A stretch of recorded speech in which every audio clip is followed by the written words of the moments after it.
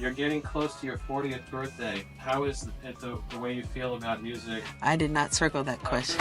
Right about where your Nike is. What a Mike, you know, I gotta pass gas. He said, what? I'm a nice person. I just took a shower and I washed my hair thoroughly. I'm not gonna marry someone for a recording career, just to clear that up as well. I said, Mike, I saw you. I knew it was you. So I didn't answer this one, Joe? I did. Okay, then I'll make it positive then. Well, you know the truth. Yeah. Okay. Before the fame, before the screaming crowds, before the moonwalk changed pop culture forever, Michael Jackson was just a little boy from Indiana. Can we just do it again without the negative saying that you don't like the tour? I don't like it though. A small industrial city outside Chicago, where the air smelled like steel mills, and dreams rarely escaped the neighborhood they were born in. And action, Michael. I love to tour. But inside one tiny house, something extraordinary was growing. Michael Jackson was born on August 29th, 1958, the 8th of 10 children. You guys must Just say. Why you all start laughing? I'm ready to get into it. The Jackson family didn't have much. Money was tight. Space was even tighter. 9 children shared rooms. Privacy barely existed. And at the center of the household was Joseph Jackson, a former boxer, a failed musician, and a man obsessed with discipline. I'm sorry, Joe. Is he in the light? He's showing us. Joseph believed greatness was earned through pressure. Mistakes weren't tolerated. Weakness wasn't tolerated. And childhood was considered a distraction. Do you include common musical phrases in your songs that you write? Common musical phrases? Do you know what that means? Yeah, but I don't know if you know what it means. While other kids spent their afternoons playing outside, Michael spent his rehearsing, hour after hour after hour. If a dance step was missed, there were consequences. If a note sounded wrong, there were consequences. And according to Michael, those consequences often came with belts, switches, or whatever Joseph Jackson could get his hands on. My name is Michael Jackson. My name is Michael Jackson. My name is Michael Jackson. My name is Michael Jackson. Years later, Michael would admit that he was terrified of his father, not nervous, not intimidated. Terrified, he said sometimes he would get physically sick when he saw Joseph coming. But somehow, the same little boy who lived in fear at home became fearless on stage. And that's what made Michael different. With a real Michael Jackson, please stand forward.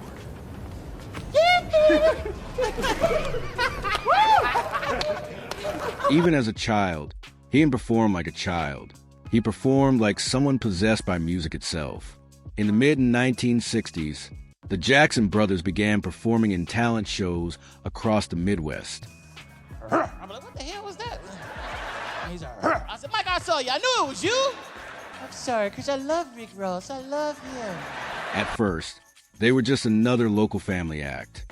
But then audiences noticed the tiny kid standing in the middle, the one with the enormous voice, the impossible rhythm, the magnetic confidence.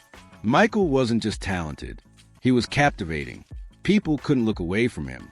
Soon, the Jackson 5 started winning nearly every competition they entered. Adults couldn't believe what they were watching.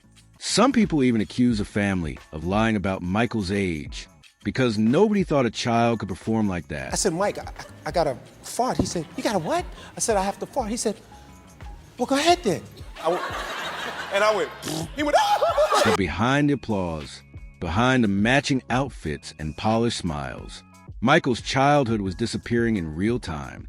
School became secondary. Friendships became impossible. Normal life stopped existing. By the age of 10, Michael Jackson was already working like an adult. Rehearsals, recording sessions, television appearances, travel, interviews, repeat over and over and over again. The interview did not go any further. Years later, Michael would remember staring through studio windows, watching children play outside, kids running through parks, laughing, playing games, living normal lives. And while they played, he worked. That loss stayed with him forever. Because Michael Jackson didn't just miss his childhood. In many ways, he never emotionally escaped it. I think they're really beautiful, and the darker they are, the more beautiful. Bill! Excuse me. Can you close that door?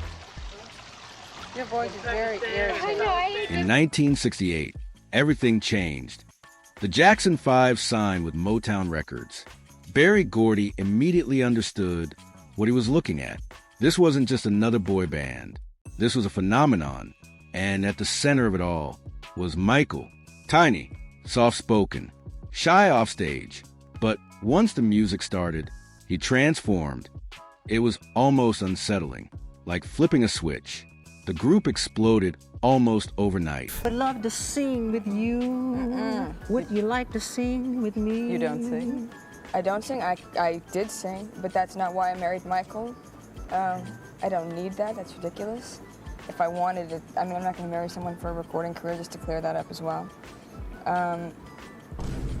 What? Stop. Hit after hit after hit.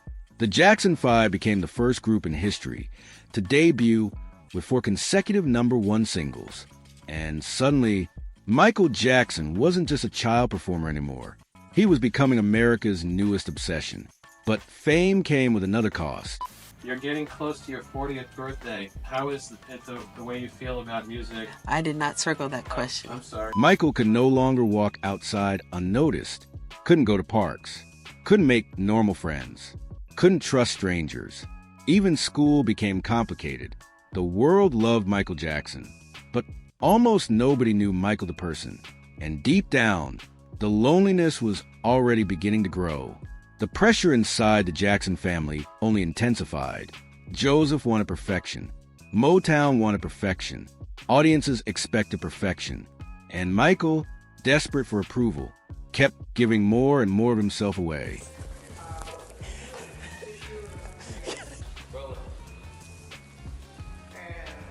Every performance had to be sharper. Every note had to be cleaner. Every movement had to be flawless. Perfection stopped being a goal. It became survival. And by the time most children were learning who they wanted to become, Michael Jackson had already become somebody else entirely. A product, a performer, an icon in the making. But underneath the fame was still a frightened little boy, searching for the childhood he never got to live. The world saw a superstar being born.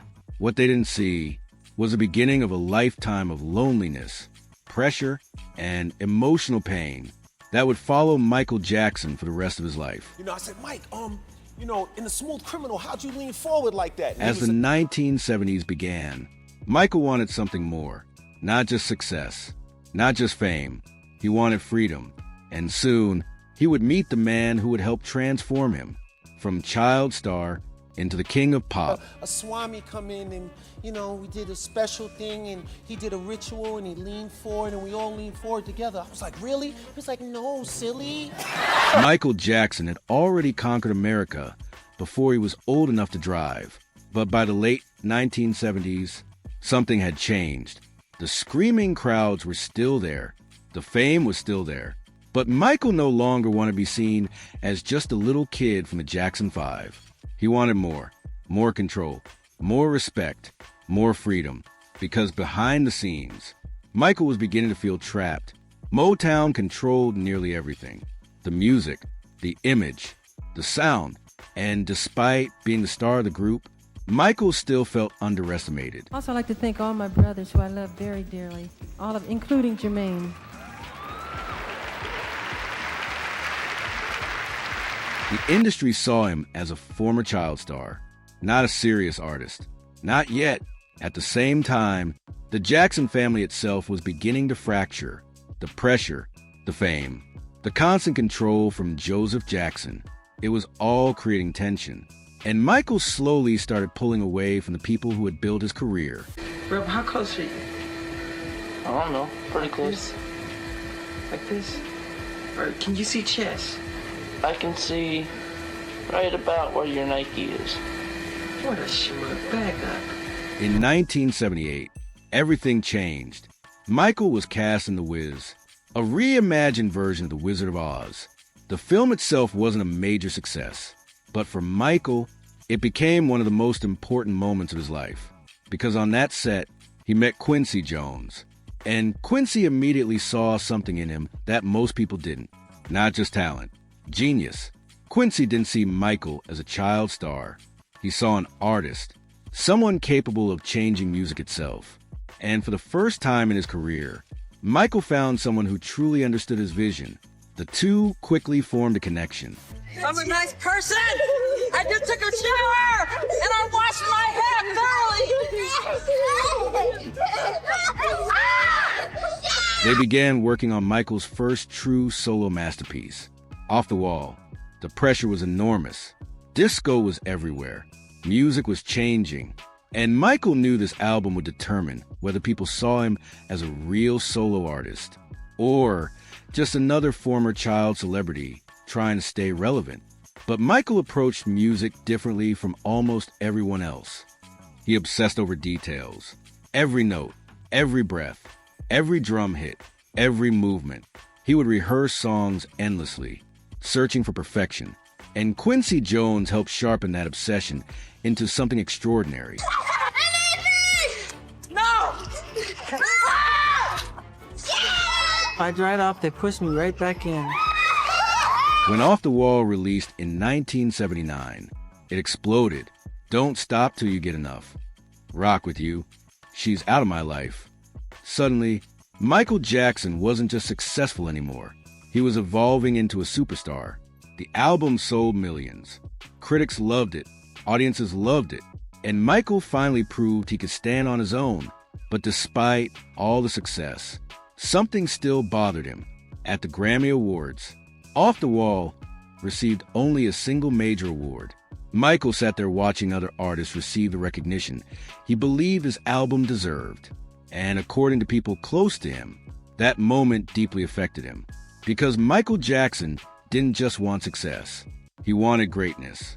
He wanted to create something undeniable, something so massive the world would never ignore him again.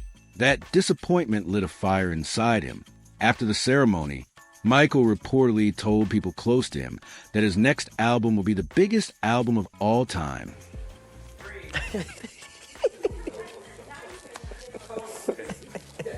It sounded impossible, but Michael Jackson had spent his entire life being told what he couldn't do. And every time, he proved people wrong. Behind the scenes, he was becoming more obsessive than ever, recording for hours, perfecting dance routines, studying performances, analyzing music constantly. He wasn't chasing fame anymore. He was chasing immortality. And soon, Michael Jackson would create the album that changed music forever. Thriller, the album that would turn a superstar into something the world had never seen before. By 1982, Michael Jackson was already one of the biggest stars in music. But what happened next changed entertainment forever. Because Thriller wasn't just an album, it was a cultural explosion. Michael approached the project with a dangerous level of ambition. He didn't want a few hit songs. He wanted every single track to feel unforgettable. Every song had to matter. Every detail had to be perfect. And once again, Quincy Jones stood beside him. Together, they pushed Michael further than ever before. Longer studio sessions, more experimentation, more pressure. Michael became obsessed with perfection, sometimes recording the same vocal line over and over again until it felt exactly right. And slowly, something extraordinary began taking shape. Billie Jean, Beat It, Wanna Be Starting Something, Human Nature. Song after song sounded like an event, but there was still one major problem. MTV, when the channel launched in 1981, it mostly played rock music. Black artists were largely ignored. And despite Michael's growing popularity, MTV initially refused to heavily rotate Billie Jean. Executives claimed his music didn't fit their audience. But behind the scenes, pressure was building. CBS Records reportedly threatened to pull their artists from a network unless Michael's videos were played. Eventually, MTV gave in, And almost overnight, everything changed. Billie Jean became impossible to escape. Suddenly, Michael Jackson wasn't just dominating radio anymore. He was dominating television. And then came Motown 25, May 16, 1983, a performance that would become one of the most iconic moments in entertainment history. Michael walked onto the stage wearing a black sequin jacket, a single glittering glove, and a fedora tilted over his eyes. The opening beat of Billie Jean started. The crowd exploded. And then Michael Jackson debuted the moonwalk. For a few seconds, it felt like the world stopped. Audiences had never seen anything like it before. The precision, the rhythm, the control. It wasn't just dancing anymore. It was magic. Overnight, Michael Jackson became something bigger than music, a phenomenon, the king of pop. But Michael still wasn't finished, because then came Thriller. Not just the album, the video, or more accurately, the short film. Until that moment, music videos were mostly simple performance clips. Cheap, forgettable, temporary. Michael changed all of that. Thriller became a 14-minute cinematic event. Zombies, choreography, storytelling, movie-level production. It completely transformed what music videos could be. And after that, the entire industry followed his lead. Artists started treating albums like eras. Videos became spectacles. Concerts became theatrical experiences. Modern pop stardom, as we know it today, was being invented in real time by Michael Jackson. And the success became almost impossible to comprehend. Thriller sold millions, then tens of millions, then more than anyone thought possible. It became the best-selling album in music history. 7 top 10 singles, 8 Grammy Awards in a single night. Everywhere you looked, there was Michael Jackson. Concerts, television, magazines, commercials, toys, posters. He wasn't just famous anymore. He was global. And with that level of fame came something else. Pressure. Because the bigger Michael became, the less human the world treated him. People no longer saw a person. They saw a symbol, an obsession, a product. And slowly, the weight of being Michael Jackson was beginning to crush him. Then, in 1984, during the filming of a Pepsi commercial, everything changed again. A pyrotechnic explosion malfunctioned. Michael's hair caught fire. He suffered severe burns to his scalp. The footage shocked the world. But behind the headlines, something darker had quietly entered his life. Painkillers, the beginning of a dependency that would follow him for decades. At the same time, the media's fascination with Michael was becoming more aggressive. The tabloids no longer just reported on him. They hunted him. Every rumor became front-page news. Plastic surgery, hyperbaric chambers, strange behavior. The stranger the story sounded, the more people wanted to believe it. And unfortunately, for Michael, he was becoming the perfect target. Because the same world that once celebrated him was now beginning to turn him into something else entirely. A spectacle, a mystery, a joke. And for the first time in his life, Michael Jackson was beginning to lose control of his own image. By the late 1980s, Michael Jackson had become the most famous person on earth. But fame at that level does something to people. It isolates them. And slowly, Michael was beginning to disappear inside the image the world had created for him. The media no longer treated him like an artist. They treated him like a circus attraction. Every appearance became a headline. Every rumor became a story. And the stranger the story sounded, the faster it spread. The tabloids gave him a nickname that would follow him for years. Wacko Jacko. A name Michael reportedly hated. But by then, the damage had already been done. People had become obsessed with the idea that Michael Jackson was strange. And the truth no longer mattered as much as the spectacle. At the same time, Michael's appearance was changing. His skin was becoming lighter. His facial features looked different. And the speculation became relentless. The media claimed he was trying to become white. Others mocked his surgeries. Night after night, jokes about Michael Jackson became entertainment. But behind the headlines, Michael was dealing with something deeply personal. Vitiligo, a skin condition that destroys pigmentation.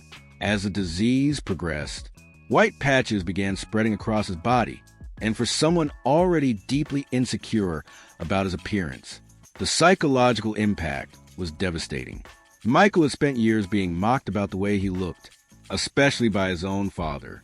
Joseph Jackson reportedly teased him about his nose constantly as a child, and over time, those insecurities consumed him. Michael later admitted he hated looking in mirrors. He rarely felt comfortable with his own appearance. The world saw eccentricity, but underneath it was somebody struggling with profound self-image issues. At the same time, Michael kept pushing himself creatively. In 1987, he released Bad, his first album without the childlike softness people still associated with him. This version of Michael was sharper, harder, more aggressive, black leather, metal buckles, faster choreography, more attitude, and once again, the album dominated the world. 5 #1 singles, a record at the time. The Bad Tour became one of the highest-grossing tours in history. Everywhere he went, stadiums filled instantly. Fans fainted at concerts. Some people screamed so hard they passed out before he even performed. It barely felt real anymore. Michael Jackson had become larger than life, but behind the scenes, the loneliness was getting worse. Real friendships became difficult. Trust became difficult. Normal life became impossible. Michael couldn't even leave his home without cameras following him. And the more isolated he became, the more he retreated into fantasy. That fantasy became Neverland Ranch, a massive private estate inspired by Peter Pan, the boy who never grows up. There were amusement park rides, animals, movie theaters, arcades, a child's dream built on hundreds of acres. To the public, Neverland looked bizarre, but psychologically, it revealed something heartbreaking. Michael Jackson wasn't trying to become a child. In many ways, he was trying to recover the childhood he never had.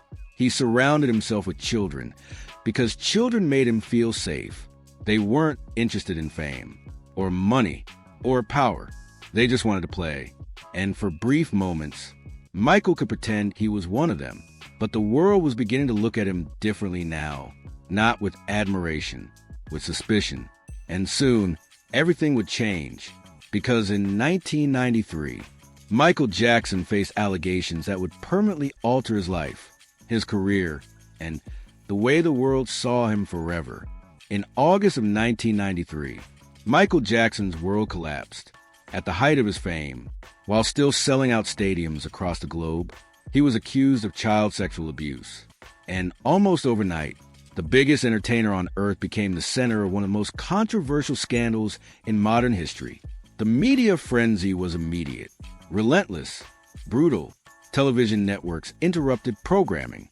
Newspapers printed accusations across front pages. Reporters surrounded Neverland Ranch 24 hours a day. And for the first time in his life, Michael Jackson could no longer control the narrative surrounding him. To millions of people watching around the world, he was no longer the king of pop. He was a suspect. What made the situation even more disturbing was how public everything became. Police raided Neverland Ranch. Investigators searched through Michael's private life in graphic detail. And eventually, he was subjected to a humiliating physical examination where authorities photographed his body as part of the investigation. Years later, Michael would describe it as one of the most degrading experiences of his life. But the public conversation had already moved beyond facts. The allegations became global entertainment. Nighttime talk shows mocked him. Tabloids printed rumors daily. Every strange story from his past was suddenly treated as evidence. And Michael, already emotionally fragile, began collapsing under pressure. The dangerous tour was canceled. He disappeared from public view. And behind the scenes, his dependency on painkillers grew worse. To some people, the accusations confirmed what they already feared about him. To others, it looked like a public execution happening in real time. Eventually, the case was settled outside of court. No criminal conviction followed. But by then, the damage had already become irreversible. Because even when public scandals end, public perception rarely does. And Michael Jackson would spend the rest of his life trying to recover from what happened in 1993. But despite the chaos surrounding him, he still returned to music. In 1995, Michael released History, and the tone was different now. Angrier, more defensive, more wounded. Songs like Scream, They Don't Care About Us, and Stranger in Moscow felt less like pop records and more like emotional breakdowns set to music. This wasn't the same Michael Jackson who smiled through Off the Wall. This was somebody exhausted, paranoid, heartbroken, and increasingly isolated from the world around him. At the same time, the media obsession never stopped. Every movement became suspicious. Every friendship became controversial. And Michael himself was changing. He appeared thinner, more fragile, more disconnected. Even during interviews, there was a sadness surrounding him that hadn't existed before. Still, despite everything, his fame remained enormous. The History Tour became one of the highest-grossing tours ever. Fans still worshipped him. Crowds still screamed his name. But something fundamental had shifted. Michael Jackson no longer looked untouchable. For the first time, the world was watching him fall apart. Then, in the early 2000s, just when it seemed the worst might finally be over, another storm arrived. And this time, it threatened to destroy what remained of Michael Jackson completely. By the early 2000s, Michael Jackson was no longer living like the unstoppable superstar that the world once knew. The energy was different now. The confidence, the joy, even the mystery that once made him fascinating had started to feel darker. After years of scandals, lawsuits, media obsession, and public humiliation, Michael had become deeply isolated. He rarely appeared in public, rarely trusted people, and increasingly surrounded himself with a smaller and smaller circle. But in 2003, everything spiraled once again. A British documentary titled Living with Michael Jackson aired around the world, and for many viewers, it was shocking. Inside the documentary, Michael openly discussed sharing his bed with children. To him, it appeared innocent, an expression of comfort, trust, and emotional safety. But to much of the public, it looked deeply disturbing. The backlash was immediate. Media outlets exploded with outrage. News channels replayed clips repeatedly. And almost overnight, Michael Jackson was once again at the center of a global scandal. Soon after, another child accused him of abuse. This time, the allegations escalated into a full criminal case. Police investigations began again. Former employees came forward with accusations. Tabloids flooded stores with headlines predicting the end of Michael Jackson. And across the world, people began asking the same question. Had the king of pop been hiding something all along? In 2004, Michael Jackson was formally charged with multiple criminal counts. If convicted, he faced the possibility of spending the rest of his life in prison. The trial became one of the biggest celebrity court cases in history. Every day, cameras followed him to court. Every expression was analyzed. Every witness became international news. And once again, the world turned Michael Jackson's personal collapse into public spectacle. But inside the courtroom, the case became more complicated than many expected. The defense attacked the credibility of witnesses. Former child stars defended Michael publicly. Others testified that nothing inappropriate had ever happened during their time around him. And slowly, the narrative became less certain. Still, outside the courtroom, public opinion remained divided. To some people, Michael Jackson was innocent, a deeply damaged man being exploited by fame, media, and greed. To others, his behavior had always felt unsettling, and no amount of courtroom testimony could erase that discomfort. The trial lasted for months, and throughout it, Michael appeared physically exhausted, thin, fragile, emotionally drained. Years of stress, addiction, and public scrutiny were visibly taking a toll. Then finally, on June 13, 2005, the verdict arrived. Not guilty on all counts. Michael Jackson had been acquitted, but the victory didn't feel triumphant. There were no celebrations, no comeback moment, no sense that things could simply return to normal. Because even though the court case was over, Michael Jackson's reputation had already been permanently changed. And deep down, he seemed to understand that. After the trial, Michael largely disappeared from public life. He left Neverland Ranch, left the United States for periods of time, and withdrew further into isolation. Financial problems were mounting. Legal costs had drained enormous amounts of money. And despite still being globally famous, the empire Michael Jackson had spent decades building was beginning to crack. But then, in 2009, came one final announcement, one final attempt to reclaim the stage, one final chance for the world to see Michael Jackson not as a scandal, not as a headline, but as a performer who once changed music forever. This is it. A massive comeback residency in London, dozens of shows, hundreds of thousands of tickets sold almost instantly. The world was ready for Michael Jackson again, or at least it wanted to believe it was. But behind the scenes, something was terribly wrong. In March of 2009, Michael Jackson stepped onto a stage in London and faced thousands of screaming fans. For the first time in years, he looked hopeful, smiling, almost energized. Then he made the announcement. This is it. A massive comeback series at London's O2 Arena. At first, 10 shows were planned, then 20, then 50. The demand was overwhelming. Even after everything, the world still wanted Michael Jackson. And maybe for the first time in a long time, Michael needed the world to want him back. Behind the scenes, preparations immediately began. Rehearsals, stage design, costumes, choreography. Everything had to feel larger than life. Because this wasn't just another concert series. This was supposed to be redemption. Proof that Michael Jackson was still Michael Jackson. And according to people who worked beside him, there were moments during rehearsals where the old magic returned.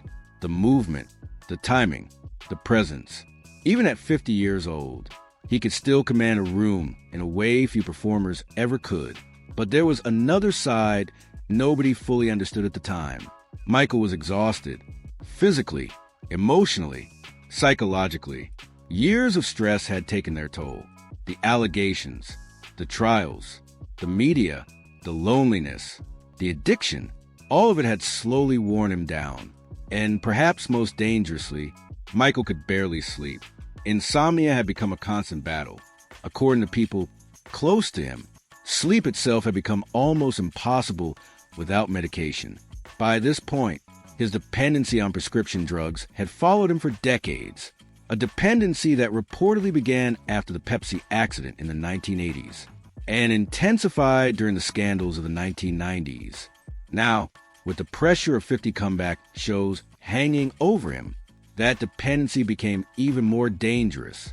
People around Michael later described seeing someone caught between brilliance and exhaustion, a man still chasing perfection, even while his body was beginning to fail him. And maybe that was the tragedy of Michael Jackson. He never stopped performing, never stopped pushing, never stopped trying to become perfect, even when perfection was destroying him. Then, on June 25th, 2009, everything came to an end.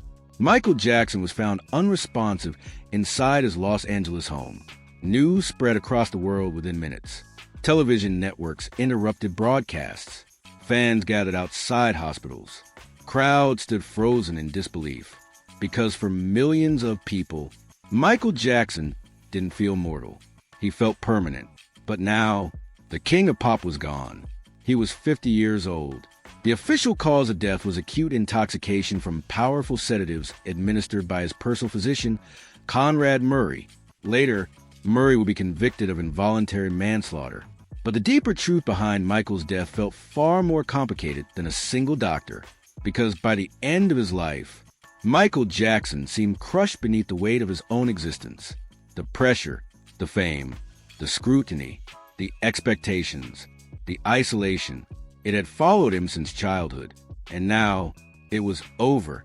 Almost immediately, the world reacted with a kind of grief rarely seen before. Fans cried in the streets. Tributes appeared everywhere. His music returned to the top of the charts. And suddenly, the same media culture that spent decades mocking him began celebrating him again. But maybe the strangest part of Michael Jackson's story is that even after death, his influence never disappeared. If anything, it became even larger, because long after the scandals, long after the headlines, long after the controversies, the music remained, and so did the impact. Modern pop music still carries his fingerprints, the choreography, the visuals, the spectacle, the sound. Artists across generations continue chasing what Michael Jackson created. And maybe that's because nobody before him, or after him, ever fully changed entertainment the way he did.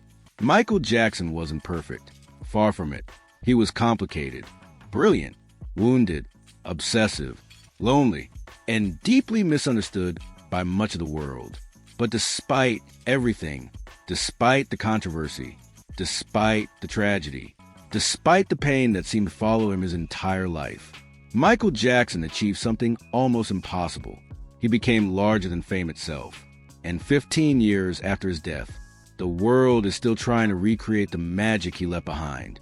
Because there may never be another artist quite like Michael Jackson. Even now, years after his death, Michael Jackson remains one of the most debated figures in modern culture. To some, he was a musical genius, unlike anything the world had ever seen. To others, his legacy will always be overshadowed by controversy. And maybe that's what makes Michael Jackson's story so impossible to neatly define. Because he represented contradictions. He was adored by millions, yet painfully lonely. He brought joy to entire generations, while privately battling immense emotional pain. He seemed almost superhuman on stage, yet deeply fragile away from it. And perhaps the most tragic part of all is that Michael spent his entire life searching for something fame could never give him: peace. The child inside him never truly disappeared. The little boy staring out studio windows, watching other children play, was still there decades later, still searching for normality, still searching for safety, still searching for the childhood he lost long before the world ever knew his name. And maybe that explains why Michael Jackson connected with so many people, because underneath the fame, the spectacle, and the myth, there was something deeply human about him. Fear, pain, insecurity, the desperate need to feel loved. But while Michael himself may never have fully found peace, his impact became immortal. Every major pop performance today carries traces of him. Every elaborate music video, every stadium spectacle, every artist chasing perfection on stage. Pieces of Michael Jackson still exist inside all of it. Before Michael, artists performed songs. After Michael, they created experiences. He transformed concerts into cinematic events, turned music videos into storytelling, and redefined what global superstardom even looked like. A black child from Gary, Indiana, became the most recognizable entertainer on earth. Not because the industry handed him greatness, but because he sacrificed almost everything chasing it. And maybe that's the real story of Michael Jackson. Not just the fame, not just the music, not just the controversy, but the cost. The emotional cost of becoming larger than life. Because for all the records he broke, for all the awards, for all the history he made, Michael Jackson spent much of his life carrying a sadness the world could never fully see. And in the end, that may have been the price of being Michael Jackson. As the years passed after his death, something unexpected began to happen. The world slowly started looking at Michael Jackson differently again. For years, his name had been attached to scandal, tabloid headlines, courtrooms, controversy. But with time, a new generation began discovering him through the music instead of the media. And suddenly, people were reminded of something easy to forget in all the chaos. Just how extraordinary he really was. Old performances resurfaced online. Younger audiences watched the moonwalk for the first time. Concert footage spread across social media. And millions of people who never experienced Michael Jackson at his peak finally understood why the world once seemed completely hypnotized by him. Because even decades later, the performances still felt unreal. The precision, the charisma, the emotion. Very few artists have ever controlled an audience the way Michael Jackson could, and perhaps nobody ever will again. At the same time, the conversation surrounding his life never truly disappeared. Documentaries, books, interviews, debates, arguments over innocence, guilt, fame, trauma, and media exploitation continued long after his death. And that conversation likely will never end, because Michael Jackson's story exists in a strange place between brilliance and tragedy. A story so massive, so emotional, and so controversial that different people see completely different versions of the same man. Some see a victim, some see a mystery, some see a legend, others see something darker. But regardless of where people stand, one thing has remained undeniable. Michael Jackson permanently changed global culture, not temporarily, permanently. The way music sounds, the way artists perform, the way fame operates, the way music videos are made, the way pop stars build identity and spectacle around themselves. Much of modern entertainment still follows the blueprint Michael created in the 1980s. And maybe that's why his story continues to fascinate people. Because Michael Jackson wasn't just famous. He represented the absolute extreme of fame itself, the highest highs imaginable, and the psychological consequences that came with them. He showed the world what happens when a human being stops being treated like a person and starts being treated like an idea, a symbol, a global obsession. And somewhere beneath all of that, beneath the headlines, the lawsuits, the screaming crowds, and the endless public attention, was still the same child from Gary, Indiana, trying to find happiness in a life that never truly allowed him to be normal. Michael Jackson's life became one of the greatest success stories in entertainment history, but it also became one of its saddest, because the very thing that made him immortal may have also destroyed him. And perhaps that's why, even all these years later, the world still can't look away from Michael Jackson. So how should history remember Michael Jackson? As a genius, a victim, a revolutionary artist, a deeply troubled man? Maybe the truth is, he was all of those things at once. Because Michael Jackson's life was never simple. From the very beginning, he lived under pressures most people could never imagine. Before he was old enough to understand fame, he was already trapped inside it. Before he understood identity, the world had already created one for him. And before he ever had the chance to become a normal person, he became something much larger, a global icon. But icons aren't treated like human beings. They're worshipped, consumed, studied, mocked, destroyed, and rebuilt again, over and over. Michael Jackson experienced every side of that machine, the adoration, the obsession, the cruelty, and eventually the isolation that came with all of it. Yet despite the pain surrounding his life, his artistry never stopped reaching people. Even now, a child discovering Michael Jackson for the first time can still feel it instantly. The energy, the emotion, the magic, that rare feeling that they're watching somebody completely unique. Because talent alone doesn't explain Michael Jackson. Lots of people are talented. Very few become cultural landmarks. Michael became something beyond entertainment. He became a moment in history, a figure so enormous, the world still struggles to fully understand him. And maybe it always will, because Michael Jackson's story was never really about perfection. It was about contradiction. A man who gave happiness to millions while struggling to find himself. A performer who commanded entire stadiums while privately battling loneliness. A global superstar who spent his entire life trying to recover the childhood he lost. And perhaps that's the real tragedy at the center of everything. Michael Jackson spent decades trying to become the greatest entertainer who ever lived. And somehow he succeeded. But the cost of becoming Michael Jackson may have been Michael Jackson himself. And long after the headlines fade, long after the arguments finally quiet down, the music will remain, the performances will remain, the influence will remain. Because whether people loved him, defended him, criticized him, or misunderstood him, the world will never forget him. Michael Jackson changed music forever.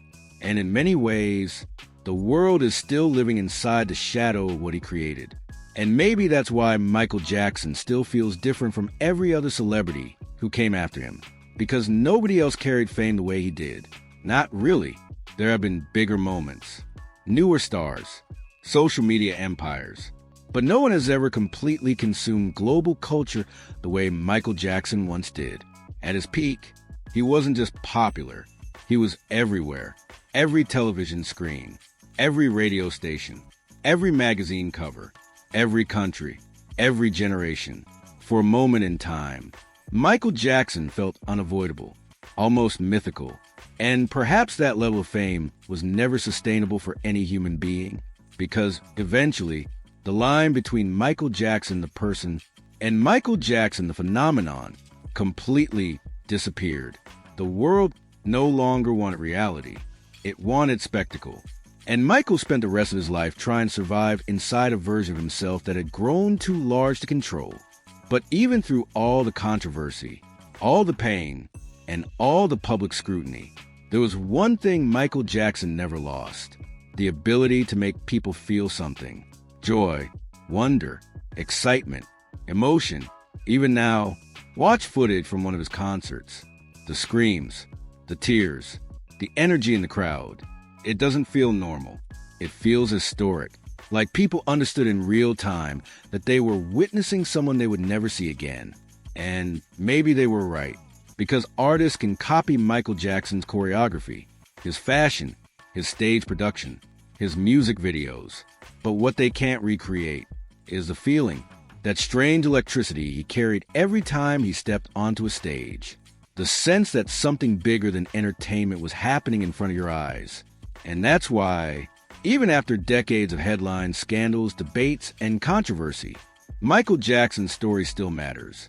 Because it forces people to confront uncomfortable questions about fame, about trauma, about celebrity culture, and about what happens when the entire world turns a human being into mythology.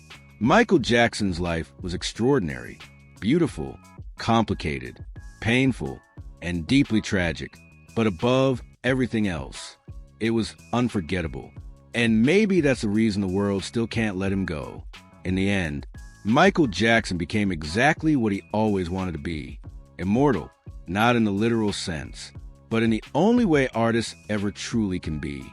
Through memory, through music, through moments that continue living long after they're gone. Because decades from now, people will still recognize the silhouette, the fedora, the glove, the moonwalk. Children not even born during Michael Jackson's lifetime will still know his songs, still study his performances, still feel the impact of what he created. Very few artists ever reach that level, and almost none sustain it after death. But Michael Jackson did. Somewhere along the way, he stopped becoming just a musician.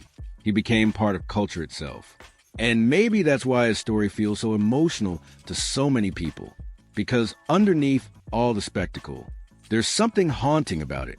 A man who gave the world endless entertainment, while privately carrying extraordinary pain. A performer who could make millions feel joy, while struggling to find peace himself.